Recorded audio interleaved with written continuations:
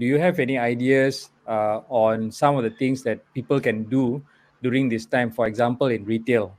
In terms of bringing people back to the retail outlets. Well, Yes. I mean, right now I think with you can see there's a lot of added safety nets, a lot of added security going into malls. So I think retailers generally need to focus really on on two approaches. I would say the first being they have to have a very strong online presence.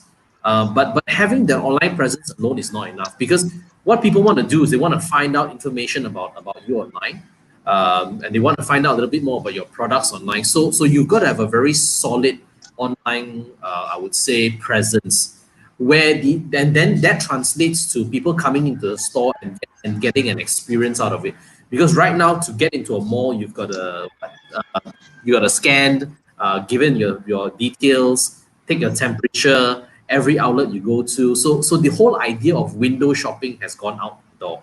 There's no more window shopping. If you're gonna go into a store right now, you're either gonna be thinking, if I'm gonna go in, am I gonna buy something or I'm not gonna buy something? So the reality is that we've lost that impulse buy in that sense.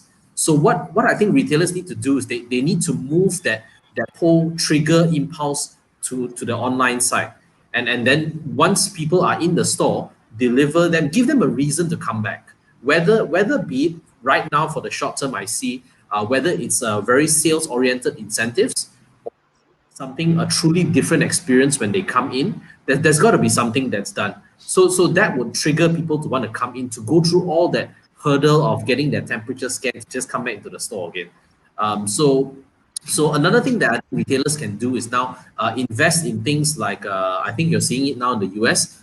We call it BOPIS, or buy online and pick up in store, where they're actually already shopping, making their payments online, but they're actually coming in store to collect it. Because one of the most expensive thing I think all of us know is in online retail is really the last leg of delivery.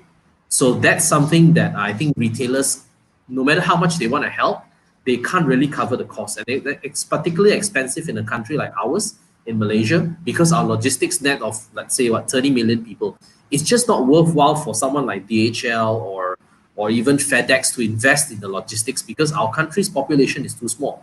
So that has always been the hindrance of what's stopping online retail from really growing, is the cost of logistics. So what I think retailers right now need to do is make sure that they have a strong online presence, give people a very strong experiential feeling to come back in store.